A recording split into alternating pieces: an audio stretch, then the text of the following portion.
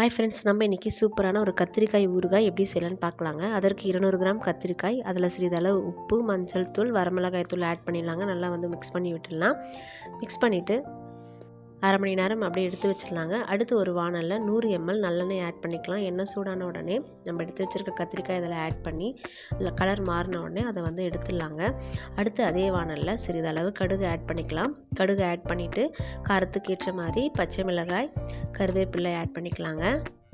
அடுத்து 1/4 கப் பூண்டு, ஒரு பெரிய துண்டு இஞ்சி பொடி பொடியாக நறுக்கி இதில் ஆட் பண்ணிடலாங்க. ஆட் பண்ணிவிட்டு நம்ம எல்லாமே மிக்ஸ் பண்ணி விட்டுடலாம். இது கூடவே காரத்துக்கு ஏற்ற மாதிரி வரமிளகாய் தூள், சிறிதளவு உப்பு, வெந்தயம், சீரகம் வறுத்து பொடி பண்ணி வச்சுருக்கேங்க. அது நம்ம ஒரு சின்ன ஸ்பூனால் ஒரு 2 ஸ்பூன் போட்டுக்கலாம். அதுக்கப்புறமா கத்திரிக்காய் இதில் ஆட் பண்ணி நம்ம நல்லா மிக்ஸ் பண்ணிக்கலாங்க. அடுத்து லெமன் சைஸ் அளவு புளி, 1/4 கப் வினிகர் சேர்த்து எடுத்தோன்னா சூப்பரான ஒரு கத்திரிக்காய் ஊறுகாய் ரெடி. தேங்க்யூ.